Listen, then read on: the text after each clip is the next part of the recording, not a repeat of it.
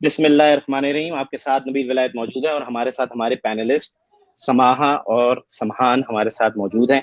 आज हमारे टॉपिक होंगे, हम आज बात करेंगे कि यार शादी की लाइफ के बाद क्या चीजें होती हैं। उसके बाद हम बात करेंगे मर्दों के हकूक पे, क्या आखिर मर्दों के हकूक हैं क्या, और देखते हैं कि ये कहाँ जाती है। इसमें बहुत सारी हम चीजों को डिस्कस करेंगे। आज हमारे साथ हमारे पैनलिस्ट, हमारे एक्सपर्ट मौजूद हैं। समहान अस्सलाम गाजी वालेकुम। हमारे साथ मौजूद हैं अस्सलाम और समाहा। वालेकुम। अस्सलाम वालेकुम जी सर। एवरीवन। वालेकुम सलाम। हमने पहले बात की क्या थी, हाल है गुफ्तगू हुई नबील? थी। ठीक ठाक अल्हम्दुलिल्लाह। आप कैसे हैं? क्या चल रहा है? जबरदस्त कैसी गई जबरदस्त ईद जबरदस्त। आपकी? ईद जबरदस्त, बस बोटियों में और अल्हम्दुलिल्लाह। वही खून खराबे में। और समा, आपकी गोश्त ईद खाया कैसी गुजरी? खाया। माशाल्लाह। जी हाँ, बहुत अच्छी अल्हम्दुलिल्लाह, अल्लाह का शुक्र है, बहुत अच्छी और मसरूफ और मजेदार, टेस्टी टेस्टी ईद, जबरदस्त सी। चलें जी, आज हम पूछेंगे जी और लोगों को हम अपनी तरफ से कोई तजवीज देना चाहेंगे, बताना चाहेंगे, अपना एक्सपीरियंस शेयर करने चाहेंगे, और इसमें इल्म में बड़ा इजाफा होता है लोगों के। और पिछली दफा हमें काफी अप्रिसिएशन भी मिली और कुछ क्रिटिसिज्म भी मिला। Thank you. हम हम बड़े मुंतजर हैं कि जो लोग हमें देख रहे हैं वो हमें जरूर बताएं कि हमारी क्या खामियां गलतियां, और हम उसको ठीक करने की कोशिश करेंगे और कोर्स। आपके पे बिल्कुल हम एक जरूर, अच्छी ऑफ चीज कोर्स। एंटरटेनमेंट पेश करते रहेंगे। अच्छा, आज के प्रोग्राम में हम लाइव कमेंट्स को भी देख सकते हैं। अगर नबील आपके सामने खुला हुआ है तो स्क्रीन, तो आप जी, उनको भी केटर कर सकते हैं प्रोग्राम के बीच में। एग्जैक्टली। अगर कोई हमसे बात पूछना चाहता है तो वो यहाँ पूछ सकता है और उसके पॉइंट को, उसके टॉपिक को हम जरूर डिस्कस करेंगे। चलिए जी, किसी भी आर्गुमेंट को विन करने का और लूज करने का। आर्ग्यूमेंट विन और लूज करना बहुत जरूरी होता है, क्योंकि हर बात को किसी किस्म का स्टेटस या स्टैंडर्ड दिया जाता है। शादी के बाद हम शुरू करेंगे, क्योंकि ये एक लेडी ओरिएंटेड टॉपिक है, लेकिन इसमें हम जाहिर मिस्टर समहान का भी इसमें एक टॉपिक लेंगे। तो समहान, आप बताइए, शादी के बाद फैंटेसी लड़की की होती क्या है जिसको लड़के को केटर करना चाहिए, और शादी के बाद रियल लाइफ क्या होती है कि जो लड़की को फैंटेसी सोच के आती है दिखता कुछ और है, तो अनएक्सपेक्टेड और डिसअपॉइंटमेंट की वजह से बहुत से बंद होते हैं। आपका क्या कहेंगे आप समा? अह, बड़ा मजे का सवाल है और बड़ा रिलेट करता है, शायद हर लड़की इससे रिलेट करेगी। शादी के बाद, शायद शादी में खास तौर पे लड़की ही नहीं, लड़का भी एक फैंटेसी के साथ दाखिल होता है मेरे ख्याल में। लड़के को भी ये लगता है कि वो बीवी, यानी बड़ी बड़ी तगोदो के बाद, बड़ी जिद्दोजहद के बाद एक लड़की मिलने जा रही है अब। तो वो भी बड़ी इतनी वो जज्बात तो उरूज पे उसकी होते हैं, भी सही बात अपनी है, सही। जज्बात उरूज पे होते हैं, और उसपे वो जज्बात असल में अकल पे गालिब आ जाते हैं। और मैं कहूंगी सिर्फ लड़की ही नहीं, लड़का भी बहुत फैंटेसीज में होता है जब शादी हो रही होती है। तो असल में दोनों ही की एक्सपेक्टेशंस एक दूसरे से होती हैं, और ये एक्सपेक्टेशंस थोड़ी सी सॉरी, थोड़ी सी डिफर करती हैं जब आप अरेंज या लव मैरिज से दाखिल होते हैं। अगर आप अरेंज मैरिज से दाखिल होते हैं तो घर वालों के हवाले से फियर्स होते हैं, हस्बैंड के हवाले से होते हैं। लेकिन जब आप लव मैरिज से दाखिल होते हैं तो हस्बैंड के लिए तो आपको पता होता है, हम दोनों तो ना सब जानते हैं एक दूसरे के बारे में, सब चीजें ना बड़ी स्मूथ होने वाली हैं। इस मामले में तो जो मेरे ये है वो तो मेरे साथी होंगे, इनको तो मैं यही कर लूंगी। वो ये कहता है, यार इसको तो मैंने इतने सालों बातें की हैं, सब किया, ये तो सब ना, सब बोतल में उतरे हुए हैं। तो सारा काम आसान हाँ। है आगे का, सारा काम आसान है। हालांकि थोड़ी सी सिचुएशन डिफरेंट हो जाती है, क्योंकि एक्सपेक्टेशंस इतनी होती हैं और शायद प्यार बहुत ज्यादा होता है, और दोनों तरफ से ही चाहत होती है। तो होता ये है कि लड़की तो सोच रही होती है, यार कुछ दिन का जो टाइम होगा ना, वो तो बड़ा हनीमून पीरियड होगा, बड़ी बड़ी चीजें होंगी, हर तरफ फ्लावर्स ही फ्लावर्स होंगे, कमरा हम्म। ऐसा होगा। अच्छा, लड़कियों की छोटी छोटी सी चीजें होती हैं जिनको ना वो बड़े शूज में देख रही होती हैं, और वो ये छोटी छोटी चीजें एक्सपेक्ट कर रही होती हैं, खास तौर पे अपने हस्बैंड से। उस वक्त लड़की को कोई नहीं नजर आ रहा होता, घर वाले नहीं, अपने भी नहीं, मियाँ के भी नहीं। वो सिर्फ अपनी ये छोटी छोटी चीजें शायद पूरी करवाना चाह रही होती है, या चाहती है कि ये चीजें मेरे इसी मोमेंट पे पूरी हो। जो कि आज मैं सोचती हूँ कि किसी न किसी लेवल पे थोड़ा सा गलत भी है। गलतियां सबसे होती हैं, और मर्द भी कहीं ना कहीं आपको दरगुजर कर रहा होगा, आप भी बहुत सी ऐसी गलतियां कर रही होंगी जो कि जहां वो दरगुजर कर रहा होगा। तो ये आपको चाहिए कि शादी वाकई सिर्फ फैंटेसी नहीं है, बहुत अच्छा रिश्ता है, बहुत बड़ी रिस्पॉन्सिबिलिटी है, बहुत बड़ी। तो आई थिंक रिस्पॉन्स जैसे आप शादी में दाखिल होने लगे, कितनी भी यंग एज में या कितनी भी ओल्डर एज में, आपको सबसे पहले रिस्पॉन्सिबिलिटी थोड़ी सी सामने रखनी चाहिए। जब अपनी रिस्पॉन्सिबिलिटीज को रखेंगे कि एक जिम्मेदारी है, ये सिर्फ ये तैयार होना, दुल्हन बनना, दूल्हा बनना और सिर्फ घूमना फिरना नहीं है। नए रिश्ते बने हैं, नया घर मिला है, तो कोशिश की जाए कि अलग डिफरेंट मिजाज के लोगों से के साथ एडजस्ट होने की कोशिश की जाए, और छोटी बातों को बड़ा इशू ना बनाया जाए। अगर फ्लावर्स नहीं लगे हैं, अगर आपकी मर्जी की डेकोरेशन नहीं हुई है, अगर बहुत सी चीजें आपके मुताबिक आपने जो सोचा था वैसी नहीं है, हो सकता है सामने वाले ने अपने हिसाब से बेस्ट करने की कोशिश की। तो छोटी छोटी बातों को तंज का और ये लड़ाई का जरिया नहीं बनाना चाहिए, वजह नहीं बनाना चाहिए। इसका इसका मतलब ये हुआ कि रिस्पॉन्सिबिलिटी का भी फैक्टर रखना चाहिए। समान साहब आपसे पूछने चाहेंगे, लड़के के एंगल से, जब वो शादी में दाखिल हो रहा था, उसकी फैंटेसी क्या होती है और वो क्या रियल बाद में, शादी के बाद क्या वो झटके आते हैं जो उसने सोचे ही नहीं होते, जिसको उसको सोच के दाखिल हो तो वो जल्दी और एफिशिएंटली इस चीज को आएगा। क्या क्या चीजें होती है, क्या फेस करते हैं, या नहीं वो जो सोचता है वही होता है, एक्चुअली उसी तरह दाखिल होता है? क्या कहेंगे आप? अच्छा, ये समान ने जैसे बात की कि दो अलग अलग तरीके की शादियां होती हैं, एक लव मैरिज होती है, एक अरेंज मैरिज होती है। तो सही। अरेंज भाई अरेंज मैरिज तो मेरी नज़र में जो भी है उसमें तो बहुत शुरू से हर चीज ही बड़ी क्या कहते हैं, छुपी हुई सी होती है, और हाँ। इंसान को कुछ भी नहीं पता होता, वो एक पहेली होती है, हर चीज एक सरप्राइज होती है। तो उसमें तो दोनों को बहुत ज्यादा एडजस्ट भी करना पड़ता है, कॉम्प्रोमाइज भी करना पड़ता है। और लव मैरिज के अंदर भी जो चेंजेस, जो साथ रहना होता है, और वो सिर्फ दो इंसानों का साथ नहीं रहना, बल्कि चाहे वो अकेले भी रह रहे हों मियाँ बीवी, लेकिन उसके बावजूद बहुत सारी चीजें और अटैच हो जाती हैं, फैमिलीज अटैच हो जाती हैं, वो इन्वॉल्व हो जाती हैं आपके मामलात में, कहीं ना कहीं उनका कोई ना कोई हाथ होता है। तो उस वजह से शायद जो है ना, वो जो एक अपनी जो एक जो रोमांटिक जिंदगी जो सोची हुई थी ना, और प्रैक्टिकल जिंदगी भी जो अपनी सोची हुई थी, एग्जैक्टली वैसी नहीं हो पाती। ठीक है ना, उसमें बहुत सारे फैक्टर्स होते हैं, हाँ, नहीं हो जो पाती। ओके। लवर्स नहीं सोच रहे होते, और जो बेचारा एक जो बैचलर्स होते हैं ना, वो भी नहीं सोच रहे होते कि शादी के बाद तो हम दोनों सिर्फ नहीं होंगे, बल्कि एक तो हमारे बच्चे, जो फैमिली आगे बढ़ेगी, उसके अलावा खानदान की बहुत सारी चीजें बड़ी आराम से इन्वॉल्व। क्योंकि देखें, हमारे यहाँ जो जो जो रिलेशनशिप्स होते हैं शादी से पहले, अगर कोई किसी को पसंद भी करता है तो वो तो बड़े छुप छुपा के होते हैं। ठीक है ना। अच्छा, शादी एक ऐसा है कि अलल ऐलान होती है, यही हमारे मजहब के अंदर भी कि निकाह जो है वो अलल ऐलान होता है। जब एक चीज का ऐलान कर दिया तो सबको बता दिया ये दो हैं, अब इन दो के मामले में सबको राइट है कि वो सारा खानदान सब कुछ बोल सकता है, और सब पूछ सकता है कि तुम वहां क्यों नहीं रहे, अल्लाह वो कब हो रहा सही। है, और ये सारे प्रेशर होते हैं।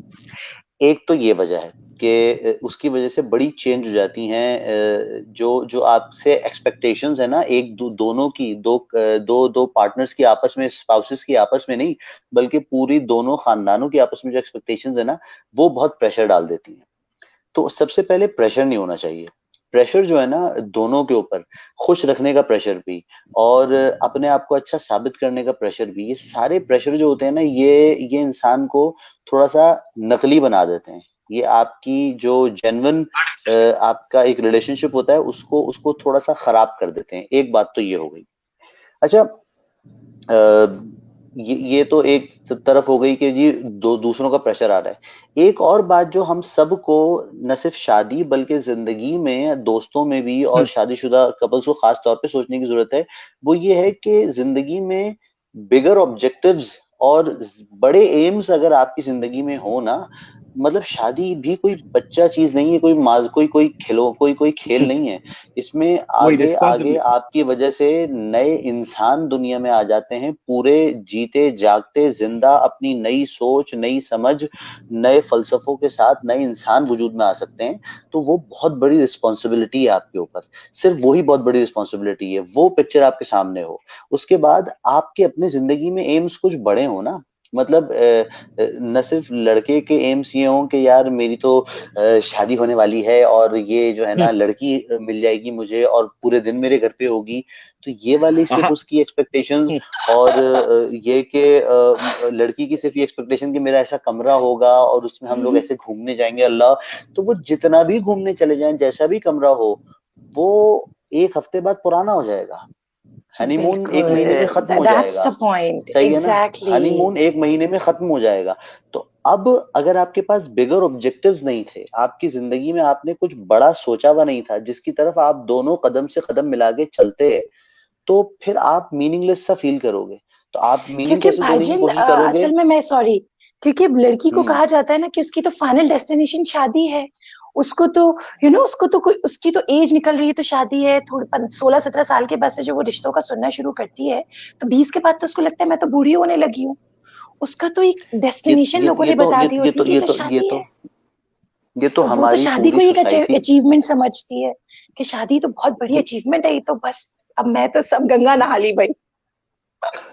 ये तो हमारी सोसाइटी की बहुत बहुत बहुत बड़ी एक तरीके से खामी है कि हमने बड़ी जो है ना वो रोल्स डिफाइन कर दिए पहले से, कि एक लड़की है एग्जैक्टली। तो वो तो बीवी के रूप में जाएगी तो उसकी जिंदगी शुरू होगी और वो कामयाब कहलाएगी, और अगर उसने उस घर को बसा लिया और उस घर में कामयाब हो गई तो कामयाब कहलाएगी, वरना वो बेकार लड़की है। और फिर हम उसको बड़े नए नए तरीकों से जज करते हैं कि शायद ये कैरेक्टर की अच्छी नहीं है, शायद ये सुघड़ इतनी नहीं है, शायद ये जो है वो बदतमीज अखलाक की अच्छी नहीं है, यानी यानी बहुत सारे अलग तरीके जिससे हम किसी भी लड़की को जज करते हैं, किसी लड़के को भी जज करते हैं। तो हमारे बिगर मेरा जो पॉइंट है ना, वो ये है कि जिंदगी में किसी भी रिलेशनशिप को, किसी भी दोस्ती को, और खास तौर पे स्पाउसेस को अपने बिगर ऑब्जेक्टिव्स जिंदगी में सेट करने चाहिए। अगर शादी से पहले उनकी बात हो सकती है तो वो उस वक्त उस लेवल पे कर लें, शादी के बाद भी अगर हो तो वो अपनी जिंदगी के ऑब्जेक्टिव सेट करें बड़े। सिर्फ बच्चों को पालना भी बहुत बड़ा काम है, उसके लिए भी अगर वो अच्छे से कुछ प्लानिंग करें ना, कुछ बड़ी बड़ा सोच रखें, तो मेरे ख्याल से वो इन इन ट्रिवियल चीजों में जो है ना वो उलझेंगे नहीं, कि यार ये वाली चीज में आपने वो वाला क्यों नहीं छूट दिलाया था, और शौहर बोलेगा कि उस वक्त मुझे रोटी गर्म क्यों नहीं मिली थी, मैं सुबह जब इतने बजे उठता हूँ तो मुझे नाश्ता क्यों नहीं मिलता। ये नहीं कहेगा ना वो। उसको पता है कि हम दोनों एक एक एक बड़े एम की तरफ, एक बड़ी मंजिल की सफर की तरफ रवां दवा है, तो हम दोनों रिस्पेक्ट करेंगे एक दूसरे की। रिस्पेक्ट इस वर्ड से मैं बस इसको यहाँ पे खत्म करता हूँ कि अल्लामा इकबाल का शेर है, अदब पहला करीना है मोहब्बत के करीनों में। तो अदब जो है ना किसी भी रिश्ते के अंदर, बेहतरीन, अदब जो है जबरदस्त। ना वो सबसे इंपॉर्टेंट है। रिस्पेक्ट, आप माँ बाप का रिश्ता ले लें, आप बहन भाई का रिश्ता ले लें, आप मियाँ बीवी का रिश्ता ले लें, आप फ्रेंड्स का रिश्ता ले लें, रिस्पेक्ट का एक लेवल मेंटेन होना बहुत जरूरी है। तो आप इस लायक भी हैं कि आप नस्ल आगे बढ़ा सकें, आप इंसानी नस्ल आगे बढ़ाने के हकदार हो, तब आप इस लायक हैं कि आपको इंसान की रिस्पेक्ट करना आती हो तब। ये आप लोगों ने बहुत अच्छी, इसमें से जबरदस्त। बहुत अच्छी एक रेस निकली है। बिगर ऑब्जेक्टिव, बिगर ऑब्जेक्टिव जो है लफ्ज कहना बड़ा आसान है। मैं समान साहब आपसे ही इसको करना चाहूंगा, इस पे एक वन लाइनर लेना चाहूंगा, छोटी से कुछ टैग लाइंस लेना चाहूंगा कि बिगर ऑब्जेक्टिव्स हैं क्या। यानी अगर एक कपल आता है जस्ट और दाखिल होता है तो वो क्या बिजनेस की बात कर रहे हैं, घर को कैसे चलाना है, या सेग्रीगेशन, ये बिगर ऑब्जेक्टिव्स को आप क्या कहते हैं? क्योंकि कुछ फैमिलीज की एक अपनी होती है, जैसा आपने कहा शुगर और ये सब होना चाहिए। समान साहब अब ये बताएं छोटे टैगलाइंस, 2-3 पॉइंट्स, वन लाइनर्स, कि वो बिगर ऑब्जेक्टिव्स किस चीज पे फोकस करें एज अ कपल।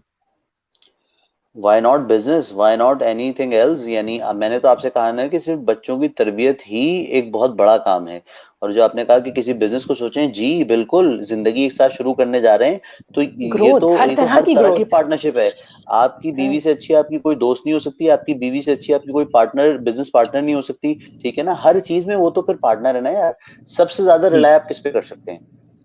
अपनी बीवी पे ना। सही बात। अच्छा, उस वो वाहिद रिलायंस है जिसमें अगर वो रिश्ता ठीक है, देख दाग के कर रहे हैं, कोई मतलब कोई बिल्कुल ही कोई क्रिमिनल टाइप उनमें से कोई एक स्पाउस नहीं है, तो दोनों के लिए सबसे ज्यादा रिलायबल कौन हो सकता है? शौहर और बीवी एक दूसरे के लिए हो सकते हैं। अच्छा, वो क्यों?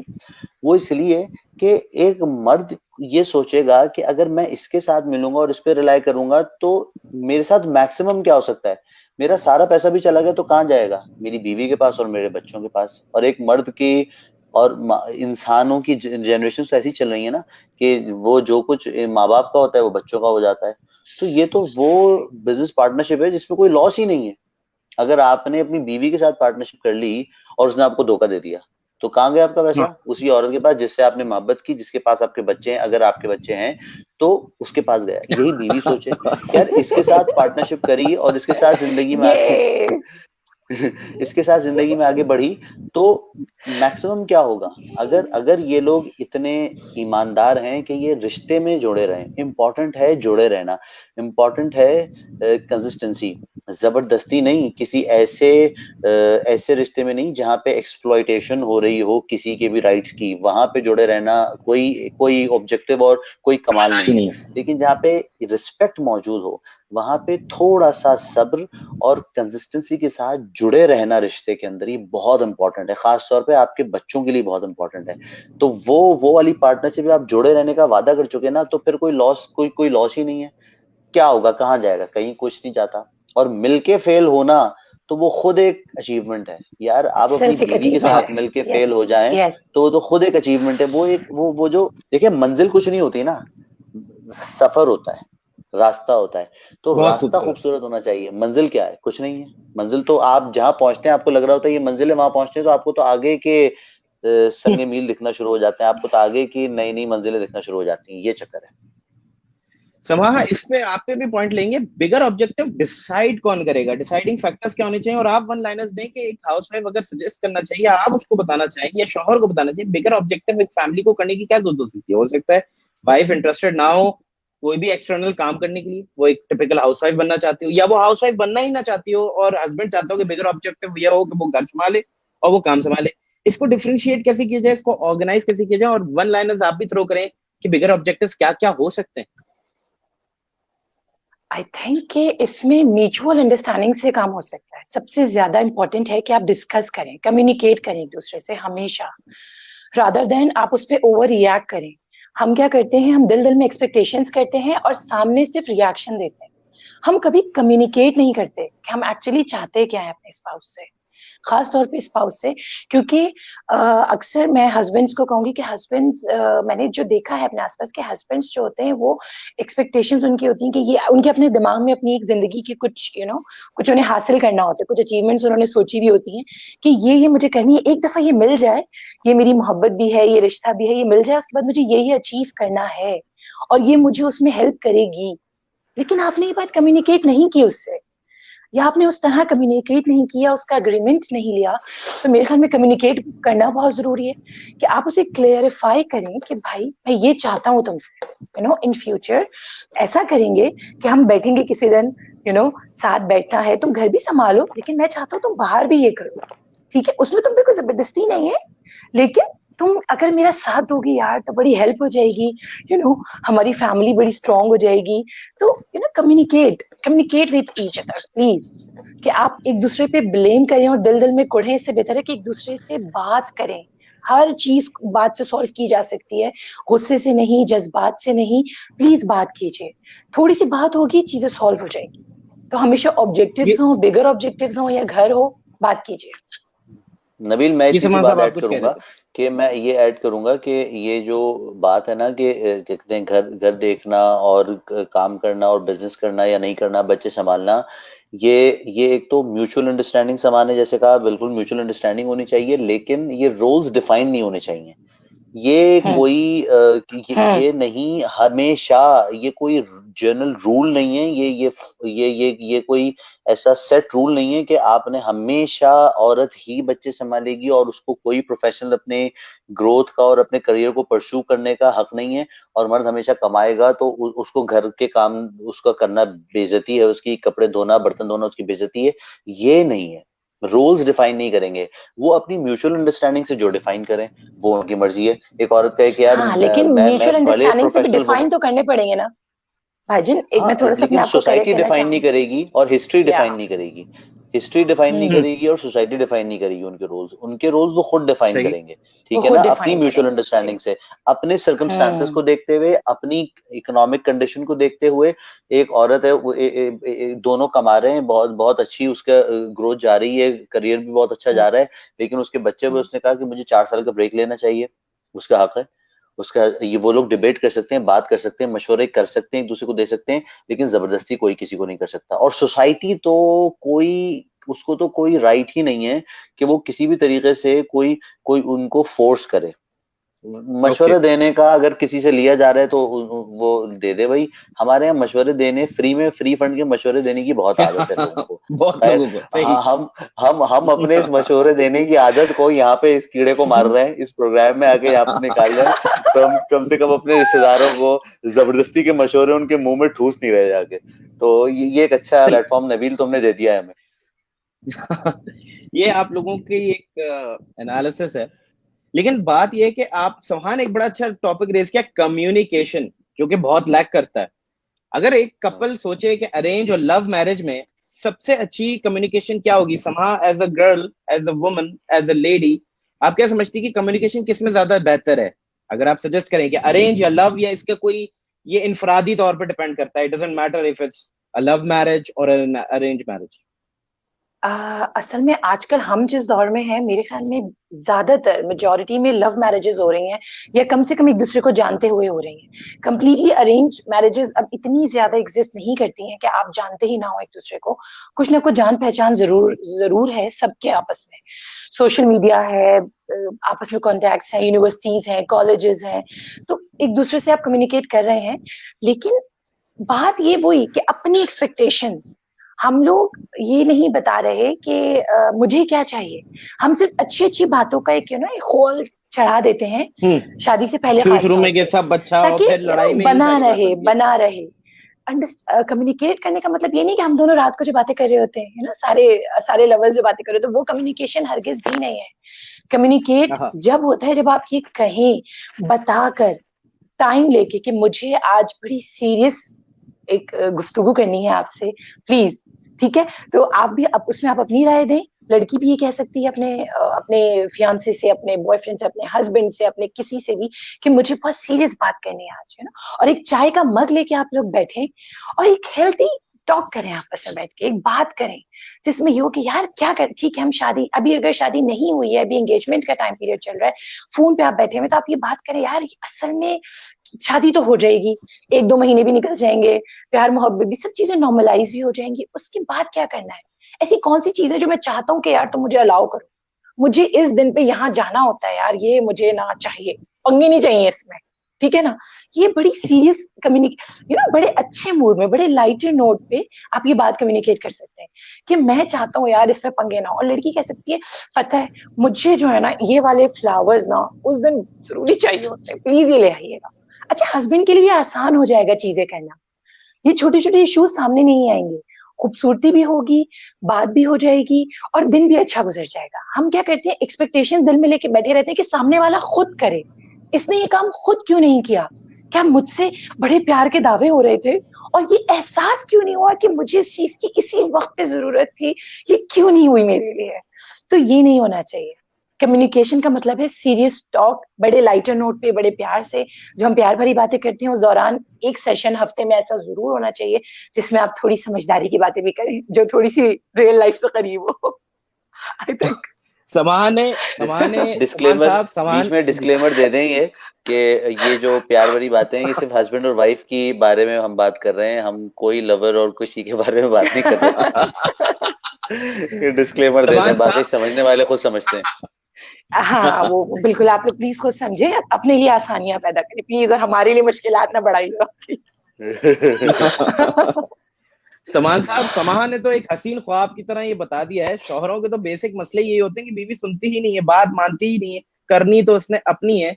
अब ये कम्युनिकेशन का जो मसला है, एक आदमी को एड्रेस कैसे करना चाहिए? एक हसीन ख्वाब की तरह समान ने बता तो बयान तो कर दिया है कि ऐसे चाय का कप लेके, लेकिन शौहर तो ये कहते हैं आज के कि बात ही नहीं सुनती, बात ही नहीं मानती, कॉम्प्लिकेटेड जहन है, अप्रोच कॉम्प्लिकेटेड है। इस किस्म की गुफ्तगू आपने भी सुनी होगी अपने हल्का अहबाब में। तो उसी का समान सॉल्यूशन साहब, था, आप ये मुझे बताएं उसी बात का कि सॉल्यूशन था ये कम्युनिकेशन मिस्टर प्यार नबील से बैठे, विलायत। बिल्कुल आप सही यही कह कि रही हैं, यही आप ये बिल्कुल सही कह रही हैं, लेकिन जितना ये बताया गया है शुरू में, तो बहुत सी ऐसे मामला आते हैं कि कुछ, ज़ाहिर है हम एक जनरल मासेस पे बात कर रहे हैं, औरतें कुछ सुनने के लिए तैयार नहीं होती हैं, वो अपना एक विजन लेके आई होती हैं, वो कहती हैं इसी तरह होगा, आपको तो पता ही नहीं है, और या तो आप तो वादे बड़े अच्छे करते थे, अब आप तो कुछ सुन ही नहीं रहे, आप तो अब सिर्फ अपनी चला रहे हैं। How should a man approach to communication? किस तरह वो लेके आए और समझाए, और किस तरह वो उसको कन्विंसिंग एरियाज पे लेके आए, उसमें आप क्या कहेंगे समान साहब? यार सबसे पहले जो ये बात है ना कि औरत ही बात नहीं सुनती है। एक्चुअली हर चीज में मर्द को सुनानी हर दफा मर्द को सुनानी ही क्यों होती है बात, हमेशा मर्द ही को सुनाता है, और वो क्यों एक्सपेक्ट करता है कि ये हमेशा मेरी बात माने। एक बात तो ये है ना कि बातें तो दोनों को एक दूसरे की माननी है। दोनों, हम लोग कहते हैं ना एक ही गाड़ी के दो पहिए हैं और सब जो हम लोग कहते हैं, तो उसको हम सोचें कि दोनों को एक दूसरे की बात माननी है, और दोनों ही एक दूसरे की बात बहुत सी दफा नहीं मानते। ये जो इंसान, दो डिफरेंट लोग रह रहे होते हैं, तो दो बहनें आपस में रह रही होती हैं, वो तो एक एक ही माँ बाप की औलाद होती हैं, एक जगह पली बड़ी होती हैं, उनमें इतने क्या कहते हैं, लड़ाइयाँ भी हो जाती हैं, डिफरेंस ऑफ ओपिनियन होता है उनके यहाँ, तो और बहन भाइयों में होता है। तो मियाँ बीवी जो बिल्कुल बहुत अलग अलग घरों से परवरिश पा के, अलग माहौल में परवरिश पा के, अलग पसंद नापसंद के साथ एक साथ जुड़े आके, तो उनमें दोनों को एक दूसरे से कुछ एक्सपेक्टेशंस हैं। समाज की बात यहाँ पे ठीक है कि वो प्यार से कम्युनिकेट करना बहुत इंपॉर्टेंट है, कम्युनिकेशन बहुत इंपॉर्टेंट है। प्यार से कम्युनिकेट कर दें, और उसके बाद थोड़ा सा स्पेस ये दे दें कि यार उसमें कोई ना कोई मार्जिन ऑफ एरर है। परफेक्ट तो कोई इंसान नहीं है, कोई इंसान परफेक्ट नहीं है। जो हमें दिखते हैं परफेक्ट, वो भी परफेक्ट नहीं होते। हम सबकी जिंदगियों में क्या कहते हैं, एफर्ट्स शामिल होती हैं। मैं जैसे अपनी शादी की बात करूंगा, तो मेरे लिए तो रोज अगर अगर आप किसी शादी के रिलेशन में हैं और आप किसी से मोहब्बत के रिलेशन में हैं, तो हमारे यहाँ मर्द क्या समझते हैं कि शादी कर ली तो अब ये एक तो मेरी बात मानेगी, तो वो दोनों को माननी है। दूसरी बात ये है कि वो ये समझते हैं कि अब तो ये मेरी बीवी है ना, अब कहाँ जाएगी ये।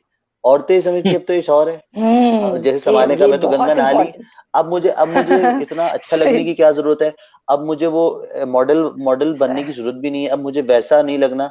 तो क्या आप जो इतनी अपने आप को मेंटेन करके रखती थी, क्या वो आवाम के लिए मेंटेन करके रखती? नहीं ना, वो अपने लिए करती थी ना। तो पॉइंट आज भी पॉइंट अपने टू लिए बी करें। नोटेड मिलॉर्ड, आप आज भी पॉइंट टू अपने बी लिए करें, नोटेड। हाँ आज भी अपने लिए करें। और अब और अगर आपका पार्टनर है जिसके साथ आप जिंदगी गुजारना चाहती हैं, तो आप उसके लिए भी करें, ठीक है ना। और जो जो बिल्कुल, कर रहा है जरूर करें उसको भी उसके लिए। चाहिए कि वो अपने आप को छोड़ ना दे। और मर्द तो बस शादी हो गई ना, अब पैसा कमा रहा हूं मैं, तो चाहे मेरी तोंद निकल के अगले कमरे की दीवार तोड़ के बाहर निकल जाए, मैं खाए जाऊंगा, अब मुझे कोई परवाह नहीं है, अब तो मेरी शादी हो गई, अब तो मैं पैसे कमा रहा हूं, तो मैं बहुत कामयाब आदमी हूँ। ये जो अपनी अपनी झूठे सोच है ना आपकी, और जो आप अपने आप को सेटिस्फाई कर लेते हैं। अच्छा नबील, झूठे मैं एक दिलासे। बात तुम्हें बताऊं, हाँ झूठे दिलासे। नबील एक बात मैं तुम्हें बताऊं, मेरे जहन से निकल गई, झूठे दिलासे सुन के मेरे जहन से निकल गई ये बात। खैर, तो नहीं नहीं नहीं नहीं, ये कोई मसला नहीं, नहीं नहीं नहीं नहीं, कोई मसला नहीं है, कोई मसला नहीं। मतलब अच्छा, एक तुम बहुत ही जो लेबर तबका, या लेबर तबका कोई बुरा नहीं होता, लेकिन तुम कम पढ़े लिखे लोगों में और थोड़े से जो जो रॉ किस्म के लोग होते हैं ना, तुम उनमें ये बड़ा सुनोगे हमेशा कि यार मुझे सब बर्दाश्त है, मुझे गलत बात बर्दाश्त नहीं है। ये तुम ये तुम बहुत से मैं एक ये जमाने बहुत आम मैं है। एक जमाने में करीम करीम का काम करता था, तो मेरे जो ड्राइवर्स होते थे वो मुझे बोलते थे, साहब सब बर्दाश्त है, गलत बात बर्दाश्त नहीं है मुझे। आप लेबर से सुनो, इसमें तो आप दबा मजदूरों गया। से काम करवा रहे हो, आप उनसे सुनोगे, आप बहुत से लोग, साहब सब बात बर्दाश्त, पूछो गलत क्या है, उसको जो गलत गलत जी। लगता है वो गलत है, गलत भी वो हाँ, डिफाइन करेगा। एग्जैक्टली। यार आप नहीं डिफाइन कर सकते गलत को, आपकी नजर का गलत दुनिया के लिए गलत नहीं है, इसको समझें। बिल्कुल। वो कहता है साहब मैं सब बर्दाश्त कर लूंगा, गलत बर्दाश्त बर्दाश्त नहीं। अच्छा गलत क्या है? साहब जो मुझे गलत लग रहा है। यार ये क्या स्टैंडर्ड हुआ? जो आपको गलत सही। लग रहा है वो तो मुझे सही लग रहा है। और ये साहब और नौकर की बात छोड़ दो, आई आप नीड दो a break equal for two status के मिनट्स लोगों, दो प्लीज। लोग आई लड़ाई कर जस्ट रहे हैं। Need a break for a हाँ हाँ मोमेंट। हाँ, ओके। सही यस सही। Yes please. चलो चलो, तो यू नो आप स्क्रीन को वो कर सकते हैं, हाँ, इमेजिन पे। दो लोग yes yes yes yes yes. हाँ हाँ, दो, बराबर। अब ये सब जी। करवा के जाओगी तुम, सॉफ्टवेयर की भी टेक्निकलिटी सारी करवा के जाओगी। हाँ वो सब। ये कर सकते हैं आप, ये आप कर लें प्लीज। ये हम कर कसम से लेंगे यार, ये। ये पीछे के तकियों के, हाँ तकियों के रंग अच्छे नहीं है, तो इसको वो हो रहा था कि नहीं देखे कोई, आप कर लें। अच्छा खैर, देखो देखो होता क्या है, दो इक्वल लोग भी, इक्वल स्टेटस के लोग भी आपस में बात कर रहे होंगे, तो वो लड़ाई होती क्यों है उनकी? क्योंकि वो दोनों ये कह रहे होते हैं कि जो ये कह रहा है ये गलत है, और जो मैं कह रहा हूँ वो सही है। हम इससे बाहर आ जाएं, अगर हम इतना अपने दिमाग में स्पेस बना लें, कि हाँ हम हाँ। इतना अपने दिमाग में स्पेस बना लें कि यार गलत और सही बड़ी रिलेटिव सी टर्म्स हैं, ये कोई ये कोई ये नहीं है कि एब्सोल्युटली आप सही हो सकते हो किसी भी चीज में और एब्सोल्युटली कोई गलत हो सकता है किसी भी चीज के अंदर, ठीक है ना।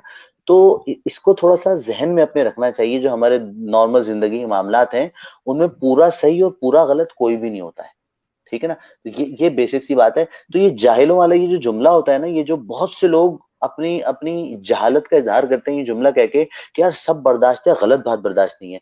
अबे गलत को डिफाइन कौन करेगा? तू डिफाइन करेगा, तो वो तो मेरी नजर में तो ठीक है, उसकी डेफिनेशन मुझसे सही। पूछेगा तो तू गलत है ना यार।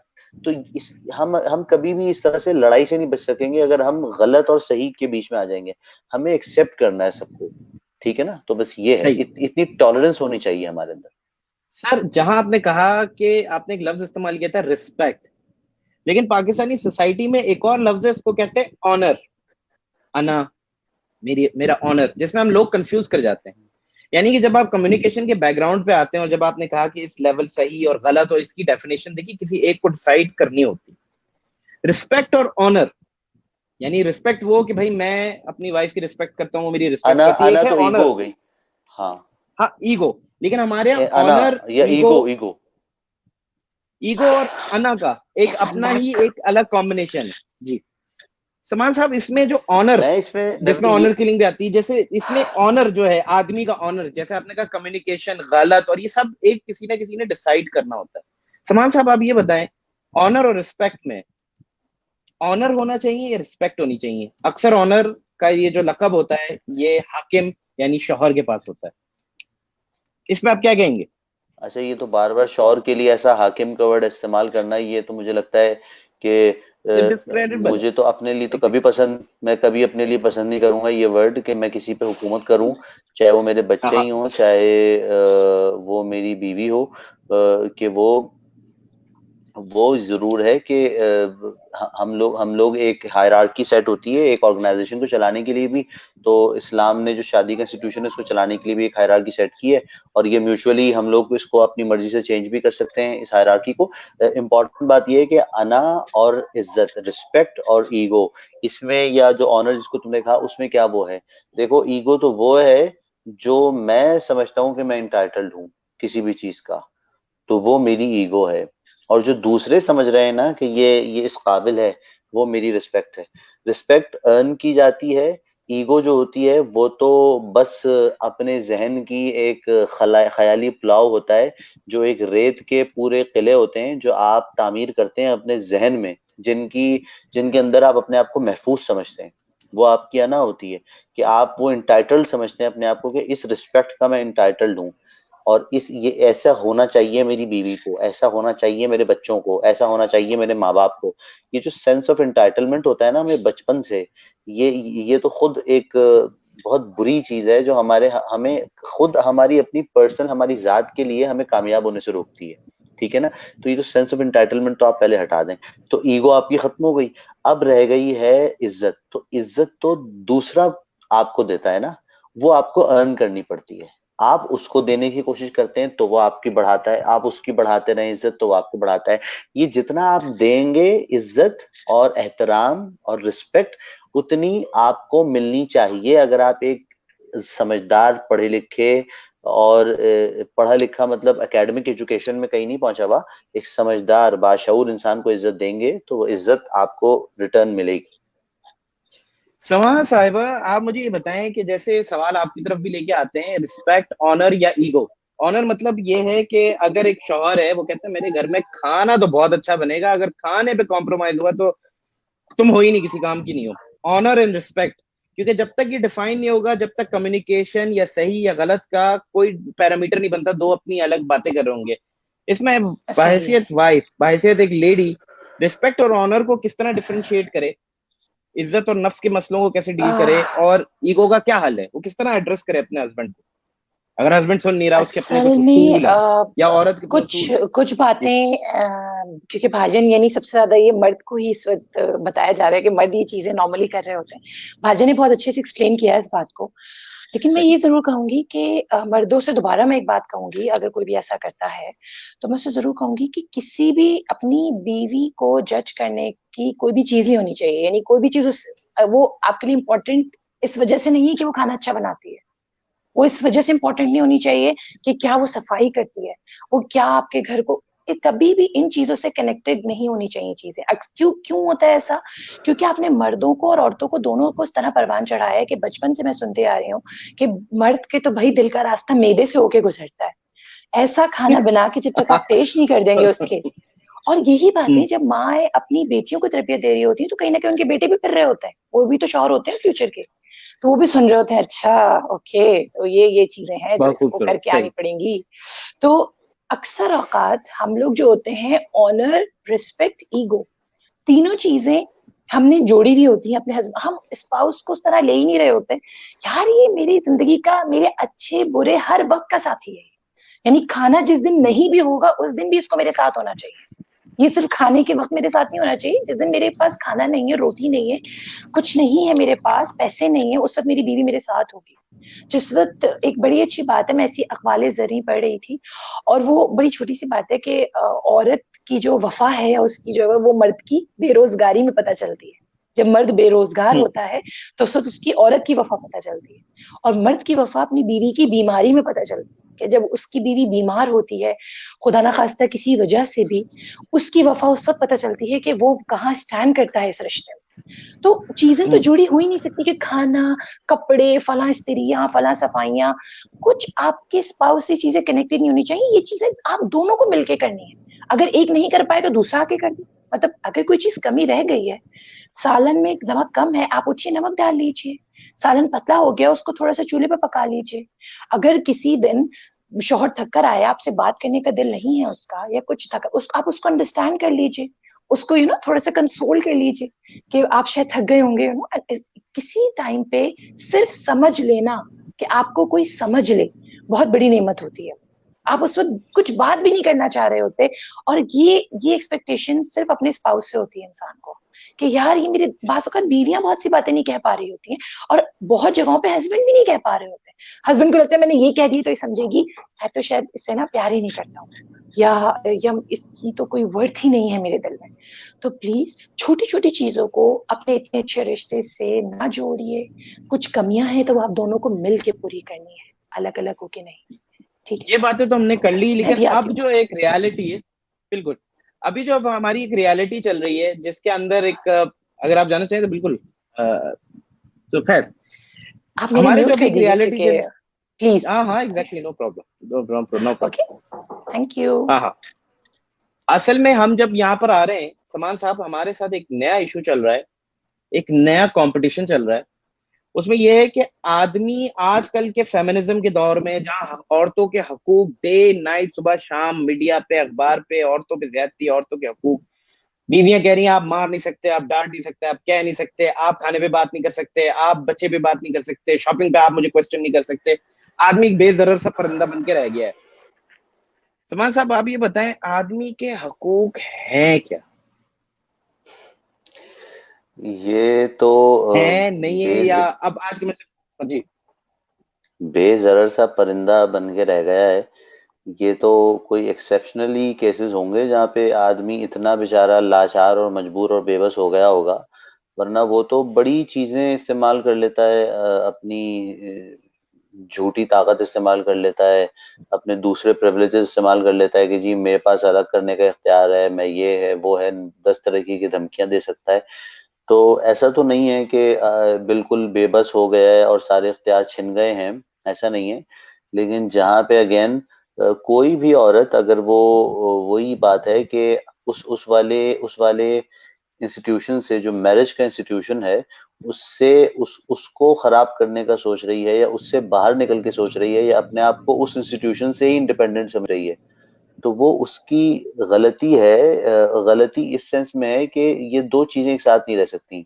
यानी आपकी शादी भी बची रहे और आप उस शादी से इंडिपेंडेंट भी हो जाएं, उस शादी से भी आजाद हो जाएं, तो ऐसा नहीं हो हाँ सकता। तो यानी आपको कुछ ना कुछ तो एक चीज चूज करनी होगी ना। आप जब शादी करती हैं, जब जैसे नबील, जब हम लोग कहीं जॉब करते हैं, तो हम लोग एक टाइम सेट करते हैं कि ये आपकी ड्यूटी आवर्स हैं, हम उसमें वहां होते हैं, और फिर हम उसके बाद कभी एक्स्ट्रा टाइम भी लगाते हैं और फिर हम वापस घर आते हैं। हम ये नहीं कर सकते कि यार जॉब भी मुझे दे दो और अपनी मर्जी के टाइम पे मैं घर पे रहूंगा और जब चाहूंगा मैं आऊंगा, मेरी इंडिपेंडेंस आप इम्पेयर नहीं कर सकते, आप ये नहीं कह सकते। तो शादी का अगर आपने कोई कॉन्ट्रैक्ट किया है आपने, तो उसका आपको लाज रखनी जरूरी है, और वो दोनों को। मैं ये तो नहीं मानता कि कोई भी, शायद ही कोई ऐसी औरतें हों जो बिल्कुल ही आपने जिस तरह से एक तस्वीर खींची कि मैं बच्चों पे भी मैं तुम्हारी नहीं सुनूंगी, रोटी भी नहीं पकाऊंगी, खाना भी नहीं पकाऊंगी, ऐसी औरतें हमने अपने खानदान में और अपने बड़ों में और अपने इर्द गिर्द तो मैंने तो नहीं देखी भाई। और मैंने अपने इर्द गिर्द ये जरूर देखा है कि हाँ, मर्दों की डोमिनेंस देखी है हमने अपनी पुरानी, जो हमारी एंसेस्टर्स की, जो भी हमारे थे, तो हमने उसमें थोड़ी सी डोमिनेंस देखी है। इस यार सिर्फ अपने खानदान में नहीं नबील, पूरी सोसाइटी में एक मर्दों की एक डोमिनेंस तो देखी है, जिसको हम पिदरशाही माशरा कहते हैं। वो तो हमारा चला आ रहा है बहुत दिनों से। तो ये मतलब ये है कि आप इंस्टीट्यूशन से बाहर नहीं जा सकते। शादी का जो, मैरिज का जो इंस्टीट्यूशन है, आप उसकी रिस्पेक्ट करें दोनों। इसमें ये नहीं है कि लड़के को ज्यादा करनी, लड़की को बिल्कुल नहीं करनी, और आप उस फेमिनिज्म के आप उसमें छुप जाएं जाके और आप बोलें कि मुझे कोई रिस्पेक्ट नहीं करनी और सारी रिस्पेक्ट तू ही करेगा। ऐसा तो नहीं चल सकता। इक्वल करना है।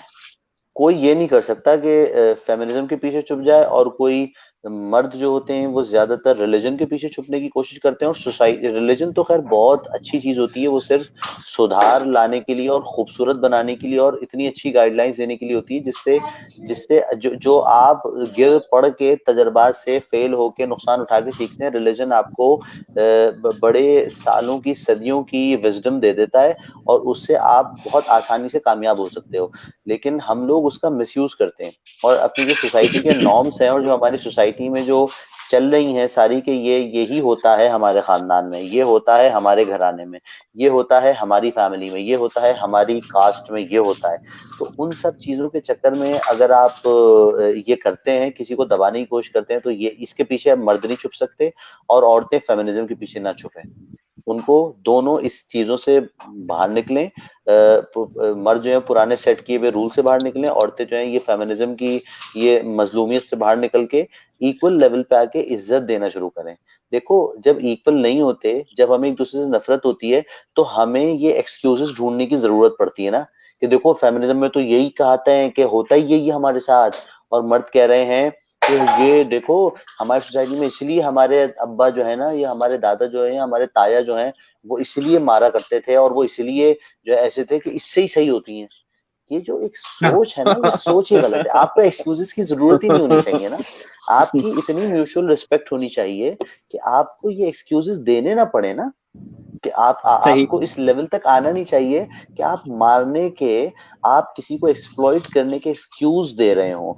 औरत को इस लेवल पे, और औरत को भी इस लेवल पे नहीं आना चाहिए कि वो फेमिनिज्म के और फुला फुला चीजों के एक्सक्यूज दे रही हो, उसके वो एस्केप ढूंढे उसमें। ये नहीं होना चाहिए। दोनों, ये तो प्यार का रिश्ता है भाई, इसमें तो इज्जत होनी चाहिए, एहतराम होना चाहिए। बहुत खूबसूरत। समाहा, आपने अगर सवाल सुना हो, ना सुना हो, तो मैं आपको रिपीट कर देता हूँ। आजकल कुछ मर्द, प्लीज। नए जो मर्द हैं, वो ये हम्म। मसलों से गुजर रहे हैं कि औरतें आप मार नहीं सकते, आप डांट नहीं सकते, आप ये क्वेश्चन नहीं कर सकते, आप बच्चे पे क्वेश्चन नहीं कर सकते, मैं पहनाऊंगी, मैं पता है, मुझे पता है, खाना ऐसे होगा, लिविंग रूम का फर्नीचर तक भी जो है आज हस्बैंड की मर्जी से नहीं आ सकता। मर्द बेजरर सा परिंदा हो चुका है। एक औरत के मुंह से सुनना चाहेंगे, आदमी के हकूक आखिर होते क्या है? यार मतलब मैं बहुत आज आदमियों के हुकूक पे मुझे लग रहा है आप लोग सारा पिछले एपिसोड का बदला निकाल रहे हैं यार। वैसे सीरियसली मैं जरूर इस पे बात करना चाहूंगी कि आदमियों के हुकूक होते क्या है। वैसे तो अगर मैं छोटी सी बात से शुरू करूंगी, अगर घर का फर्नीचर बाज़ औक़ात इस वजह से भी औरत ला रही होती है क्योंकि मर्द देख ही नहीं रहा होता कि घर में फर्नीचर है भी या नहीं है, वो बेचारी खुद जाती है और वो देखती सही। है कि यार बहुत दिन हो गए अब मुझे खुद ही कुछ करना पड़ेगा, मुझे जाके लेना ही पड़ेगा, या तो इनसे कहना पड़ेगा, वही एक खड्डा खड़ा करना पड़ेगा जिसपे ये बात मानेंगे और वो फर्नीचर आएगा।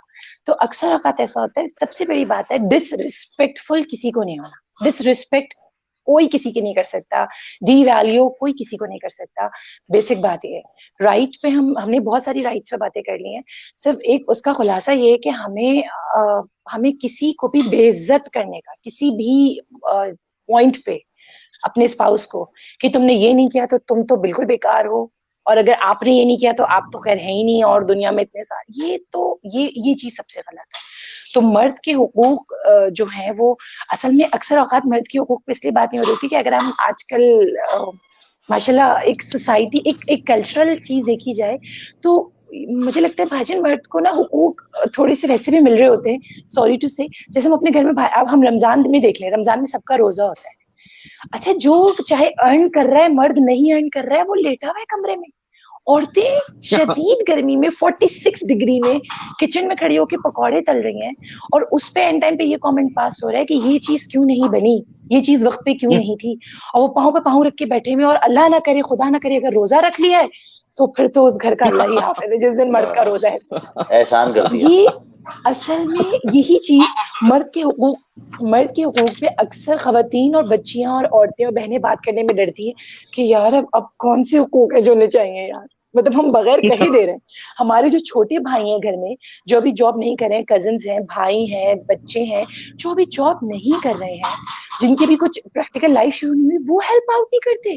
उनको लगता है कि उनकी माँ जो कर रही है वो जस्टिफाइड है, उसका काम है वो करना। वो कुछ अपना ओहदा बड़ा, वो अपने ओहदे को प्रूफ करती है रोज खड़ी होके। एक माँ रोज किचन में खड़ी होके अपना ओहदा प्रूफ कर रही होती है, मैं तुम्हारी माँ हूँ, देखो बच्चों मैं तुम्हारी माँ हूँ। ये क्या है? और ये एक माँ को, और ये कि माँ को, मैं एक जगह बड़ी अच्छी वर्कशॉप में थी तो मैं वहां ये बात सुन रही थी कि अगर चाहे वो आपका बेटा हो या वो बेटी हो, और वो 13 से 14 साल तक पहुंच गया है और आपने उसको घरेलू काम नहीं बताए हैं, यानी कपड़े इस्त्री कैसे होते हैं, खाना, बेसिक खाना कैसे बनता है, चाय बन के पेश कैसे की जाती है, चाहे वो लड़का है चाहे वो लड़की है, आप एक अच्छी माँ नहीं है। और आपने उस बच्चे को, चाहे वो बच्चा है या बच्ची है, उसको आगे के लिए, दूसरों के लिए आपने मुश्किल कर दी। क्योंकि वो जिसकी वाइफ बनेगी, वो जिसका हस्बैंड बनेगा, वो उसको बहुत तंग करेगा, क्योंकि उसको आदत है, उसकी माँ तो छोटी छोटी चीजों से पेश कर रही है, उसको मोहताज बना रही है किसी का।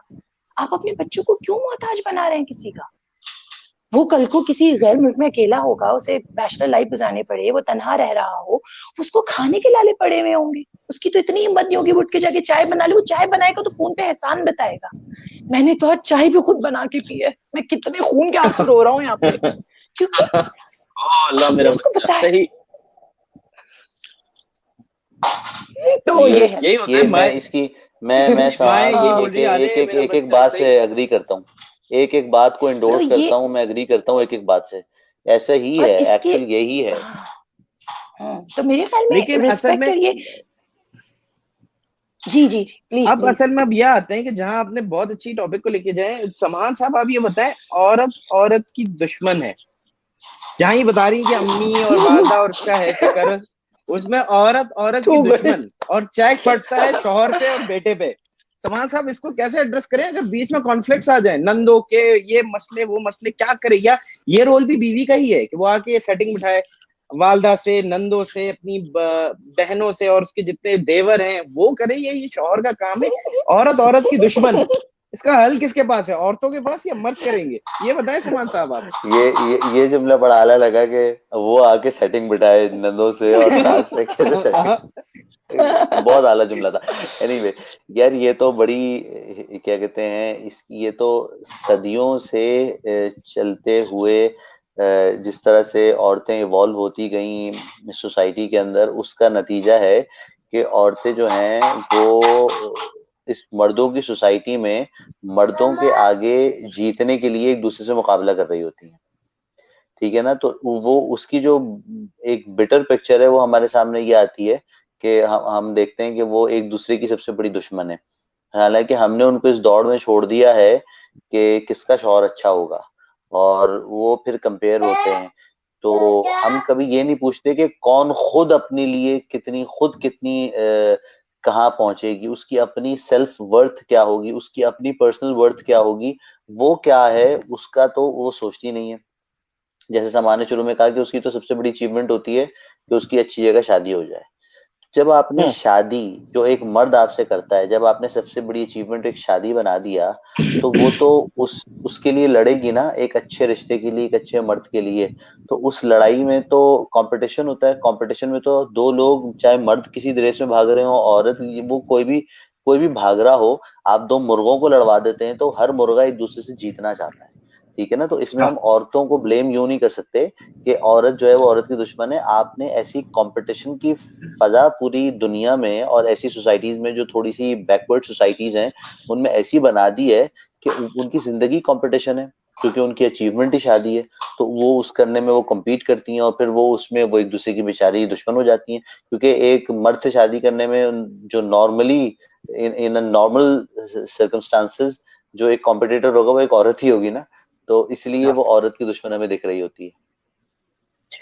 समाहा, ये आप मुझे बताएं कि अगर वो एक घर में दाखिल हो, वहां एक बड़ी सख्त सी सास बैठी हो जिनका एक अपना डिसिप्लिन कायम हो, या बहुत सारी नंदे हो और वो एक अपना एक्शन रखती हो, किचन का कंट्रोल और ये सब चीजें, एक हाउसवाइफ अभी दाखिल हुई है, चाहे लव है या अरेंज है, वो कैसे एड्रेस करे? वो डायरेक्ट एड्रेस करे उनसे खुद ही, जैसे कि मैंने पहले कहा कि अपनी रैकी बिठाए, पहले वो लोगों को भेजे, पता करे क्या सीन है, क्या सिचुएशन है, कि वो करे क्या, इस सिचुएशन को किस तरह डील करे, वो क्या होगा, कैसे ये समाज, ये बताएं क्या वेरी करे, या वो सिंपल। मुझे बेचारी मुझे मजलूम बन जाए? शायद वेरी सिंपल, मुझे शायद, मैं उस पे जो औरत औरत की दुश्मन पे जो बात हो रही थी, मैं शायद अपनी लर्निंग के लिए कुछ बात करना चाहूंगी, क्योंकि मैं खुद एक लड़की हूँ, एक औरत हूँ, और एक बेटी भी हूँ, एक बहू भी हूँ, एक माँ भी हूँ। तो मैं उन तमाम चीजों को, जो गलतियां मैं करती हूँ या जिन गलतियों से मुझे लगता है कि हमें सीखना चाहिए, हमें लर्न करना चाहिए, तो मैं वो जरूर कहूंगी कि औरत औरत की दुश्मन है। थोड़ा सा अगर हम इस पे जाएं, असल में कभी कभी हम खवातीन की मिसाल वैसी हो जाती है, मैं सिर्फ उनकी लर्निंग के लिए बता रही हूँ, ये मैं अपनी लर्निंग के लिए बता रही हूँ, हम कभी कभी उनके लिए ऐसी हो जाती है, जैसे हजरत अली रज़ी अल्लाह अन्हु का कौल है कि एक उस इंसान की जो किसी में खामी देखे, सिर्फ खामी देखे, उसकी मिसाल ऐसी है कि वो सारा, जैसे उस मक्खी जैसी है जो कि सारा अच्छा बदन छोड़ के सिर्फ जख्म पे बैठती है। तो अक्सर औकात हम खवातीन जो हैं वो हम अपने अपने ही अंदर के, हम अच्छे हैं, हम सुघड़ हैं, हमने बहुत अच्छी कुर्बानियां दी हैं, हमने सबसे ज्यादा सेक्रीफाइस किया है, हमने इतना किया, ये क्या कर रही है, जो नई भी बच्चे आई हैं ये क्या कर रही है, तो कुछ भी नहीं कर रही है, हमने ये कर लिया था, और अगर ये इस पर भी इनको काम लग रहा है, ये तो कुछ भी नहीं कर रही है। तो यहाँ से हम एक दूसरे को ही डीवैल्यू करना शुरू कर देते हैं, और अपने ही दिमाग में हम खुद कहीं अपने आप को सेटिस्फाई कर रहे होते हैं कि हमने बहुत कुछ कर लिया है। ये वो पॉइंट होता है जब हम पीछे रहते हैं। तो आई थिंक औरत औरत की वाकई, औरत, मैं यहाँ पर बड़ी अच्छी मर्दों की मिसाल दूंगी, ये मैं सिर्फ औरतों के लिए दे रही हूँ कि मर्द जो होते हैं, चाहे वो हस्बैंड हो, शायद चाहे वो दोस्त हो आपका, चाहे वो आपका भाई हो, चाहे वो आपका बाहर का कोई कलीग हो, वो आपके गलत में भी आपका साथ देगा, सिर्फ आपके रिश्ते की बुनियाद पर। आप उसे कह देंगे यार आज ये सीन कोई करना है, कोई बड़ा अच्छा ऑकवर्ड सा, कोई, आप दोनों शायद अंडरस्टैंड कर सकते हैं, आपका वो दोस्त आपको जज किए बगैर, आपके किरदार को, आपके बैकग्राउंड को, आपकी फैमिली को जज किए बगैर वो ये देखेगा कि इस लड़के से मेरा क्या ताल्लुक है और मुझे इसका साथ मैं कहाँ तक दे सकता हूँ, अनलेस अनटिल हम किसी को नुकसान ना पहुंचा रहे हो, मैं इसका साथ कहाँ तक दे सकता हूँ। मर्द साथ देते हैं इस मामले, मर्द एक दूसरे को सपोर्ट भी करते हैं। खवातीन में या हम में क्या हो जाता है, अक्सर औकात, मैं नहीं कहती कि अच्छी, बहुत सी खवातीन ऐसी हैं जिनसे मैंने बहुत कुछ सीखा है, मेरी जो बड़ी है, मेरी जो माँ है, मैंने उनसे बहुत कुछ सीखा है, जिन्होंने एक लेवल पे अपने आप को मिटा के सामने वाली की बात सुनी। आपके पास एक, फर्ज करें एक बेटी, छोटी बेटी, एक बहू एक प्रॉब्लम लेकर आती है कि मुझे ये प्रॉब्लम आ रहा है, आप उसको क्या जवाब देना चाहिए आपको कि बेटा हमने तो 6 बच्चे पाले एक साथ, कोई मासी नहीं, कोई कुछ नहीं, हमने तो ये किया है।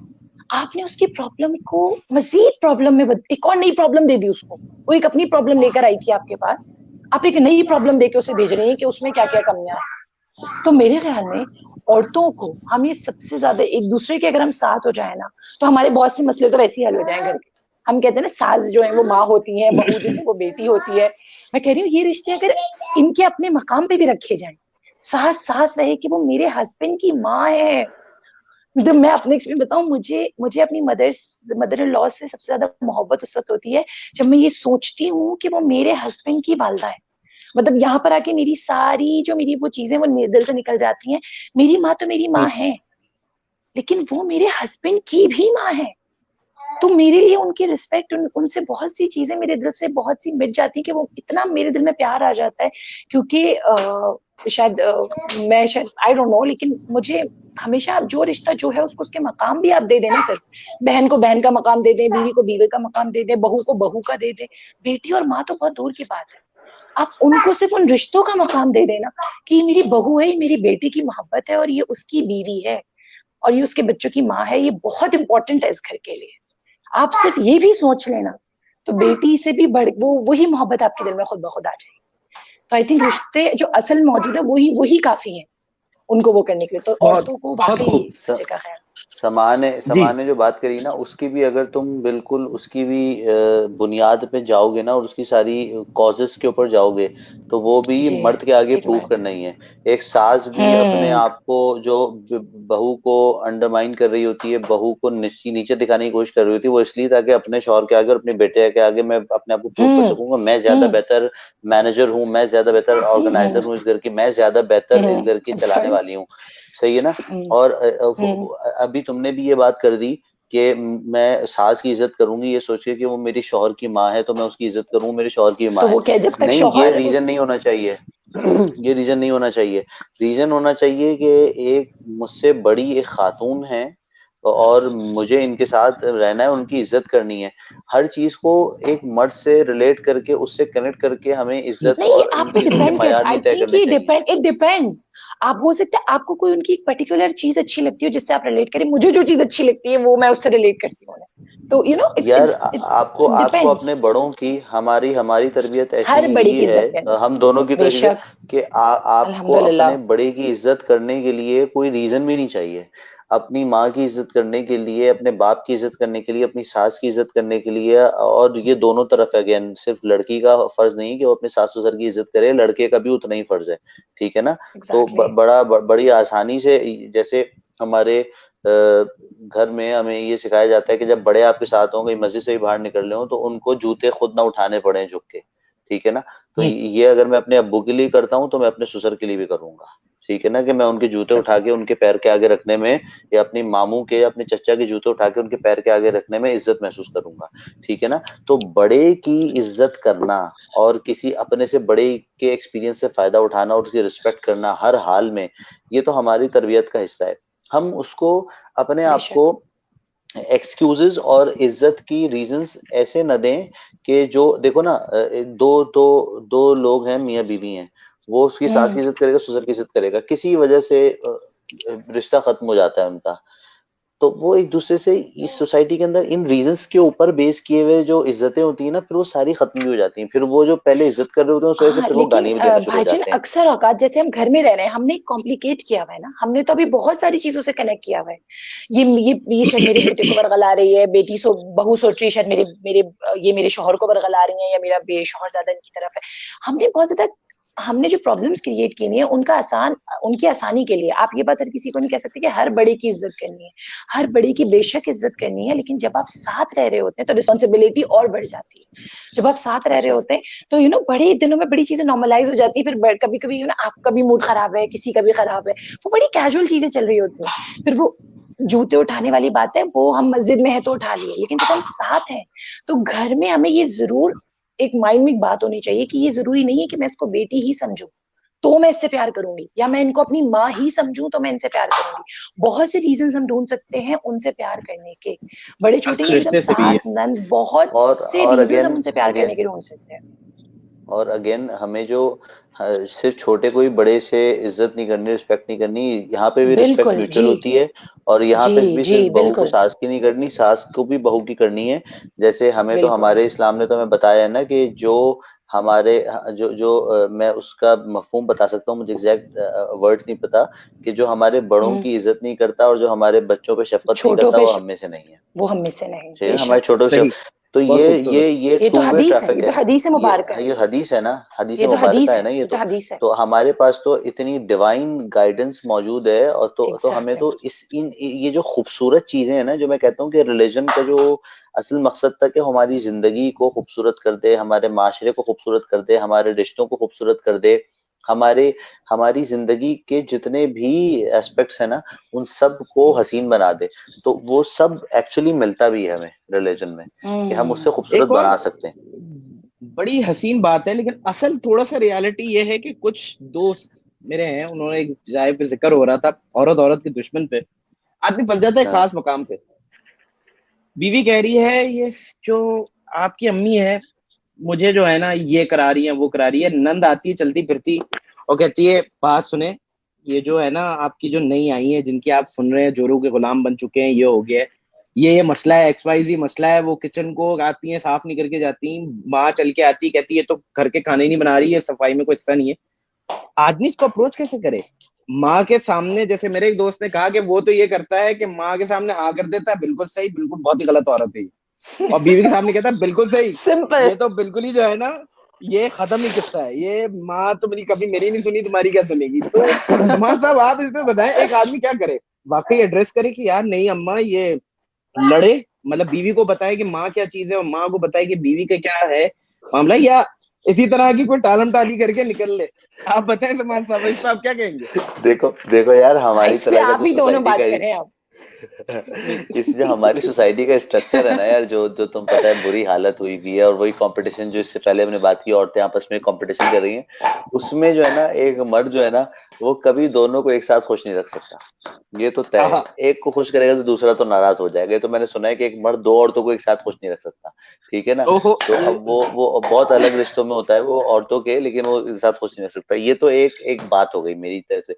लेकिन मैं तुम्हें जो सच बात बताऊं वो ये है कि इन छोटी बातों की नौबत आनी नहीं चाहिए कि वो मर्द से डिस्कस भी हो, और अगर उससे हो रही है डिस्कस तो यार वो तो कुछ नहीं कर सकता। जो माँ है वो तो उसकी माँ है, और जो उसकी बीवी सही। है ना, वो भी माँ के मकाम से किसी सूरत कम नहीं है।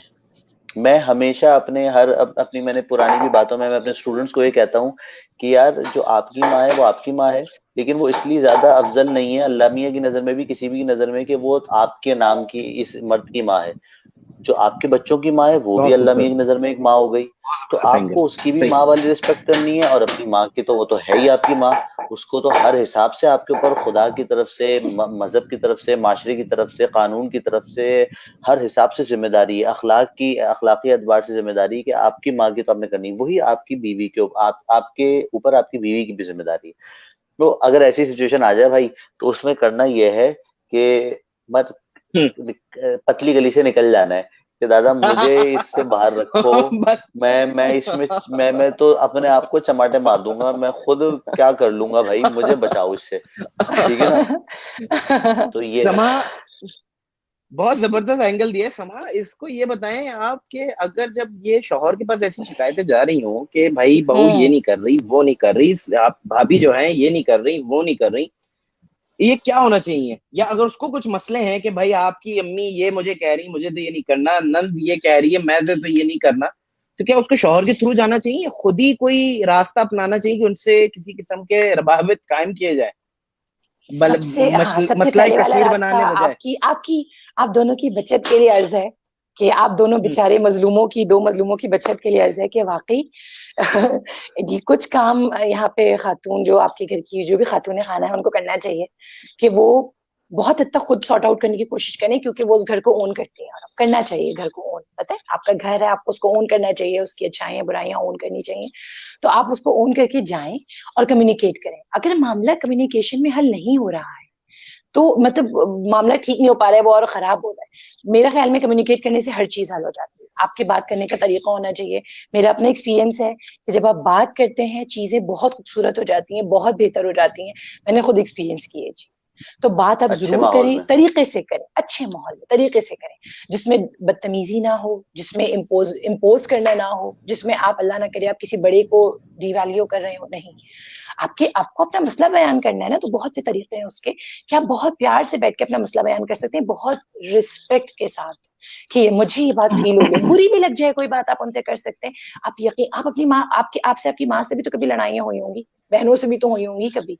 तो उसकी शिकायत पर जाके आपने अब्बा से, और वो नहीं कि वो तो खुद आपने लड़ लड़ा के सब सही कर लिया, तो ये मामला लड़ लड़ा के यहाँ सही नहीं हो सकता। हाँ, लेकिन आपको माशाल्लाह रुतबा भी तो बढ़ गया है ना, अब रिस्पॉन्सिबिलिटी भी तो बढ़ गई है ना। तो अब रुतबा भी बढ़ गया, चीजें भी बढ़ गई, तो अब थोड़ा आपको थोड़े से अपने आप को स्ट्रेच करना पड़ेगा और जाके बात करनी पड़ेगी और कहना पड़ेगा कि ये बात थोड़ी सी मुझे नामुनासिब लग रही है, या ये काम इस वक्त पे मैं नहीं कर सकती। ये बात मेरी बहुत करीबी दोस्त के साथ ही हुआ था कि वो बड़ी परेशान थी कि मेरे बेबी होने के बाद मैं ये चीजें कैसे सब चीजें करूं, बेबी भी हो गया है और मैं तो समझ बेबी हो जाएगा तो सब खुश हो जाएंगे, भाई खेलने वाला पोता आ गया घर में। अब बेबी हो गया है तो अब काम इतने मुझे समझ में नहीं आ रहा, मैं इन कामों को करूं कैसे। नाश्ते में भी अवेलेबल होना है, खाने में भी होना है, अपना भी ख्याल रखना है, हस्बैंड को भी टाइम देना है, सब कैसे करूं? और मेरा रिश्ता खराब हो रहा है। तो सिंपल, मुझे नहीं लगता कि ये मेरी एक राय है। सबसे पहले तो आप हर काम को उतनी इंपॉर्टेंस ना दे। मुझे खाना भी रात के खाने में भी होना है, दिन के खाने में भी होना है, शाम की चाय भी उतनी इंपॉर्टेंट है। Please relax. कुछ जरूरी काम है, आप कुछ टाइम, जब आपके पास एक अल्लाह ने एक नई जिम्मेदारी आपका बच्चा दे दिया है, तो आप कुछ टाइम बोल के बड़ा क्लैरिफाई करके कि मैं इस वक्त मैं नहीं आ सकूंगी, इस वक्त सोता है असल में। बस आपने क्लैरिफाई किया, आप अंदर आ जाए।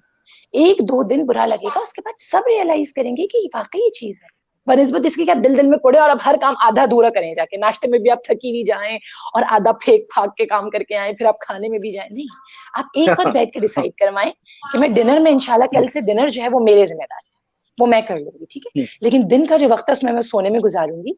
ये मैं सिर्फ इसलिए बता रही हूँ कि खवातीन को ये मसले मसाइल बड़े आते हैं, है ना। और आपको अपनी फिटनेस, आपको अपने आप भी तो वापस चाहिए। आपकी पूरी अपीयरेंस चेंज हो गई है, आपकी बॉडी पे बहुत से चेंजेस आ गए हैं, अब आपको अपना भी तो आप भी तो वापस चाहिए ना। घर वाले टाइम देंगे तो वो चीज वापस आएगी ना।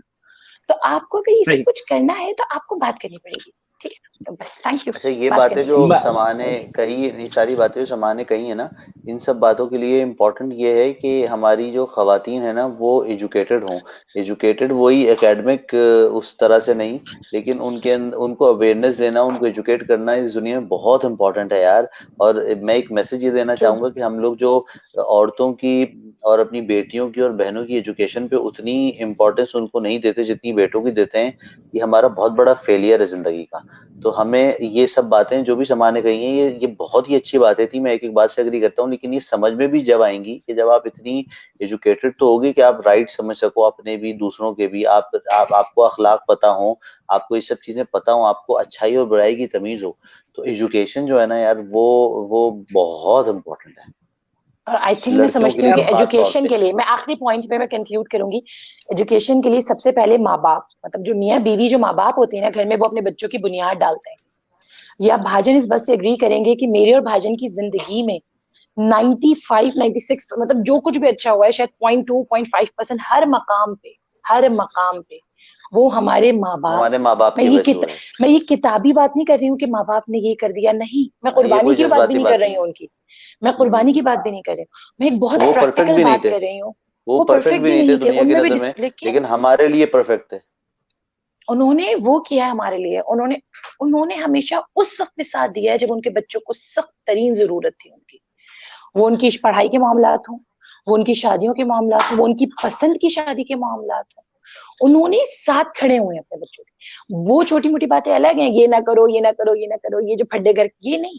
उन्होंने जो असल मसले जहां बच्चों को आते हैं, जहां से बच्चे को लगता है यार मेरे साथ यहाँ पे भी साथ नहीं था, वो लोग वहां खड़े हुए थे। और उसका और उन्होंने हमें किसी की भी कभी बुराई नहीं बताई कि किसी ने क्या तुम्हें ये करना है। मैं यहाँ पे एक बात करूंगी सदके चैरिटी के हवाले से कि बचपन में मेरे साथ कुछ गलत हुआ था, या पता नहीं मैं डर गई थी किसी चीज से, तो अब्बू ने कहा था कि सदका दो तो अल्लाह पाक तुम्हारी ये मसला हल कर देगा। मैं क्लास 4 में थी उस वक्त, और अब्बू ने कहा था कि सदका दो तो तुम्हारा ये मसला हल हो जाएगा। पता नहीं स्कूल में मुझे कोई प्रॉब्लम हुआ था, आई एम सॉरी, पता नहीं कहाँ मुझे हुआ था। तो मैंने कहा अब्बू मैं सदका, अच्छा मुझे लग रहा था सदका तो वही होता है। I mean, थोड़ा सा एक्सप्लेन कर दो, आज के बड़े डिफरेंट प्रॉब्लम्स के ऊपर डिस्कशन होती है, हरासमेंट के ऊपर बात होती है, तुम्हारा किस तरह पढ़ाई से रिलेटेड? मेरा पढ़ाई से रिलेटेड, ये स्कूल में शायद कंपटीशन से रिलेटेड कोई प्रॉब्लम था, क्लास 4। मुझे उनकी वो बात याद है, उसमें उनकी वो हेल्प याद है मुझे, आई एम सॉरी प्लीज। नहीं, तो उन्होंने वो, मुझे लग रहा है कि चौथी वीडियो लगानी पड़ेगी। उन्होंने सॉरी, वो ये हुआ कि मैं सिर्फ छोटी सी बात पे करूंगी कि हमें सदके की और देने की क्या इंपॉर्टेंस है। अब्बू की बताई हुई वो बात, अब्बू से मैंने कहा, अब्बू ने कहा सदका, मैंने कहा अच्छा, मेरे माइंड में क्या ज़कात देना, वो जो हजारों का एक सदका होता है जिसका हम इंतजार करते हैं, इतने जमा होंगे तो हम किसी की मदद करेंगे। अभी तो हम खुद, हमारे पास कुछ नहीं है, हम किसी की कैसे मदद कर सकते हैं। अब्बू ने मुझे उस दिन सिखाया, मुझे कुछ शायद 10 रुपए या 20 रुपए उस वक्त पॉकेट मनी देते थे अब्बू। उन्होंने कहा, मैंने कहा अब्बू मेरे पास तो सदके के अभी पैसे नहीं है। तो अब्बू ने मुझसे उस दिन कहा था, बेटा वो जो सुबह तुम्हारे अपने पैसे, सदका अपने पैसों में से दिया जाता है, अल्लाह ने जो आपको दिया है उसमें से। आप ये नहीं कि आप सदका किसी की मतलब पहले आप किसी से मांगेंगे कि भाई पहले मैं करोड़पति हो जाऊं मैं फिर सदका दूंगा। उन्होंने मुझे उस दिन सिखाया कि तुम्हारे पास 2 रुपए भी हो तो उसमें किसी का हक है, तुम उससे भी किसी की मदद कर सकते हो। तुम उसमें से भी किसी को दे सकते हो। तो इस बात पे मैं कंक्लूड करूंगी कि प्लीज दीजिए, दूसरों की हेल्प कीजिए, और किसी मौके का इंतजार ना कीजिए अच्छा काम करने के लिए कि मैं ये मकाम पे पहुंचूंगा तो मैं ये कुछ करूंगा। वो मकाम कभी भी नहीं आता जिंदगी, वो इन्हीं अच्छे कामों को करने से जल्दी आ जाता है। और सिर्फ इतना ऐड कर बेहतरीन बात। दूंगा मैं कि ये जो सदक़े की समान ने बात करी, इतनी अजीम बात है, इतनी बड़ी बात है, और ये लेसन वाकई हमारे पेरेंट्स ने हमें सिखाया कि ये तो अच्छा, इसके लिए जो है ना, सदका एक ऐसी चीज है कि आप दुनिया के किसी भी, वो रिच डैड पुअर डैड वाला बंदा जो है, क्या नाम है उसका, मैं उसका नाम भूल गया, उसने अपनी किताब में लिखा है, मुझे नहीं पता उसका रिलीजन क्या है, वो रिलीजन को मानता है नहीं मानता क्या है, उसने अपनी किताब में लिखा है कि जब तक आप देते नहीं है ना पैसे, तो जब तक आपके पास बढ़ना नहीं शुरू होता। यानी इसके लिए तो आपको आपको कुछ, ये तो ऐसा बेहतरीन, एक फैक्ट है बिल्कुल कि ये तो आपको करना ही करना है। तो तब अगर आप हर हाल में। बढ़ाना चाहते सही। हैं तो करना ही करना है आपने। तो ये तो बहुत ही, ये तो मोस्ट इम्पोर्टेंट बात थी आज की, जो सामान ने ये आखिर में बताई है, ये मोस्ट बेहतरीन। मोस्ट मोस्ट इम्पोर्टेंट बात थी आज की। मैं कहता हूँ कि सदके की बात बहुत खूबसूरत, बहुत हसीन, क्यों ना सदका जारिया पे बात की जाए। बात यह है कि औरतें बहुत ज्यादा आजकल एक मसला कश्मीर है, घर में औरतें ऐसे काम भी बहुत वीडियो करती शायद हैं। 1 आवर की हो गई है। नबी बिल्कुल, विलायत और हम सम्मान ये गाजी, मैं आपसे रिक्वेस्ट करूंगी कि कुछ प्लीज यार कुछ बिल्कुल कराइए। बिल्कुल, नहीं नहीं, तुमने शुक्रिया कि तुमने इतनी उसमें भी टाइम दे दिया अभी। ये मुझे पता है, बिल्कुल ये बेटा पीछे से जो है ना तुम्हारा, तुम्हें बार बार अब उसको तुम्हारा टाइम चाहिए। सही है। जी तो फिर जी, हम इंशाल्लाह जो थैंक है यू। इस मामलात को अब इंशाल्लाह हम बाद में अब डिस्कस करेंगे अपने अगले एपिसोड में। तो अब हम नबील इंशाल्लाह डिस्कस भाई वेरी को करते हैं अपने सून। कि प्रोग्राम की ऐसी पड़ी होती है कि इनका प्रोग्राम बस ये जो है ना, ये ज्यादा से ज्यादा एयर टाइम ले ले, बस ये है। भाई वो हाँ, गुफ्तगू इतनी दिलचस्प मरहले में आप दोनों ले जाते ठीक है हैं, ना। और बेहतरीन एडवाइस, और देखिए कितनी चीजों का लोगों के लिए भलाई हो जाती है। इंशाल्लाह मुलाकात अल्लाह होगी करे आपसे कैसा हो। इंशाल्लाह बहुत जल्द। और आज हमारे साथ ही हमारे खूबसूरत पैनलिस्ट मौजूद थे हमारे साथ। इंशाल्लाह अगले टॉपिक पे बात होगी, और अगला टॉपिक जो होगा सदका जारिया, यानी किसी गरीब हसीना के साथ दूसरी शादी करने का भी तो एक सवाब होता है। इंशाल्लाह इस पे हम बाद में बात करेंगे, और इस पे होपफुली नेक्स्ट पैनल पे हम बात करेंगे। ठीक है जी, चले जी, अपना ख्याल रखें और ओह माय टॉपिक पे बात करेंगे। गॉड, ये मैंने क्या सुन लिया चल है आज, जी, ये मैंने जी आज हाँ। क्या सुना तो मसला है, ये मेरी कान। कश्मीर, सदका जारिया, इंटरेस्टिंग। फिर बात दूसरी, करेंगे। तीसरी, बहुत चौथी। ही इस्लाम में तो 4 की इजाजत है। इंशाल्लाह बस। देखेंगे कि 2 तक हम पहुंचा सके। चले जी, इंशाल्लाह बात करते हैं। चले जी, ओके अल्लाह हाफिज। Please, bye bye Allah bye bye bye हाफिज, बाय। अपना बाय ख्याल, बाय, अल्लाह अल्लाह हाफिज। हाफिज, अल्लाह हाफिज।